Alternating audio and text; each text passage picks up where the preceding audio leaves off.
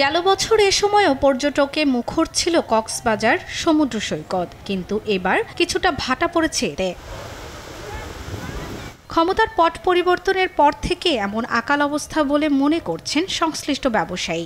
একই সঙ্গে নিরাপত্তা সংকট রয়েছে বলে দাবি করছেন পর্যটকরা। জনস্রোত মনে হচ্ছিল না। এই যে ডিসেম্বরের শুরুতে, শীতের শুরুতেও লোকজনের সংকট দেখছি। ডিসেম্বরে যে পরিমাণ ব্যবসা বাণিজ্য হয়েছিল এবছর তার অনেক কম। আমার মনে হয় আমাদের পর্যটন ব্যবসা নিয়ে সরকার যে পর্যটন নিয়ে যে ধরনের কাজগুলো পরিকল্পনা ছিল, আশা করি এখানে তেমন কোনো কিছু হচ্ছে না। পর্যটন শহর কুয়াকাটাও যেন থমকে আছে এক অদ্ভুত নীরবতায়। নভেম্বর ডিসেম্বর পর্যটনের ভরা মৌসুম থাকলেও সমুদ্র সৈকত অনেকটাই ফাঁকা। লেম্বুরচর, গঙ্গামতি, ঝাউবন, চরবিজয় সব এলাকার ভাসমান ব্যবসায়ীরা হতাশ। পর্যটক যদি কুয়াকাটা পর্যটক শূন্য থাকে তাহলে আমাদের অবস্থা খুব বেহাল।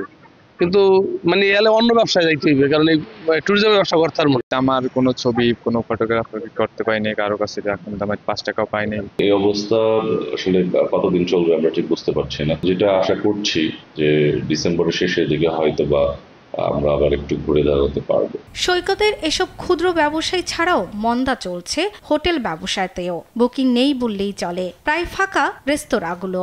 বুকিং এবছর কুয়াকাটায় দেখা যাচ্ছে না। এই বিষয়টা এক বড় প্রবলেম হলো, দেশের রাজনৈতিক প্রেক্ষাপটটা যতদিনে ঠিক না হবে, অস্থিরতা যতদিন ঠিক না হবে, ততদিন কুয়াকাটা আমরা আমার মনে হচ্ছে না যে পর্যটক। সব দুশ্চিন্তার মাঝেও ব্যবসায়ীদের চোখ এখন বিজয় দিবস ও বড়দিনের দিকে। সে সময় আবার পর্যটনের আনাগোনায় মুখর হবে এমন আশা তাদের। শর্মিলা কেয়া, নিউজ ডেস্ক, দেশ টিভি।